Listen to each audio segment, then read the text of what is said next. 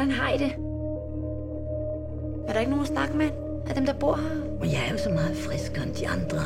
Yvonne siger også, at du ikke spiser særlig meget, mor. Jeg er her jo for at passe på far. Ja, du er her for at passe på far, men du skal gøre noget, der gør dig glad.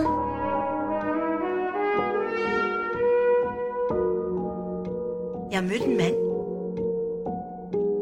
Se, det er Erik, og her kalder vi ham for piloten. Jeg passer bare ikke ind her. Nu er vi to. Betyder det egentlig noget? Om det betyder noget? Jamen, han gør mig så glad. Nej. Det er som om, jeg slet ikke har levet. Ikke før nu.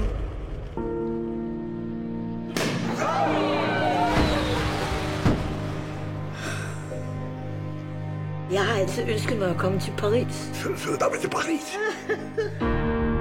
Og hvad med far? Min far er jo forsvundet. Hvor ved du det fra? Lille, jeg elsker dig.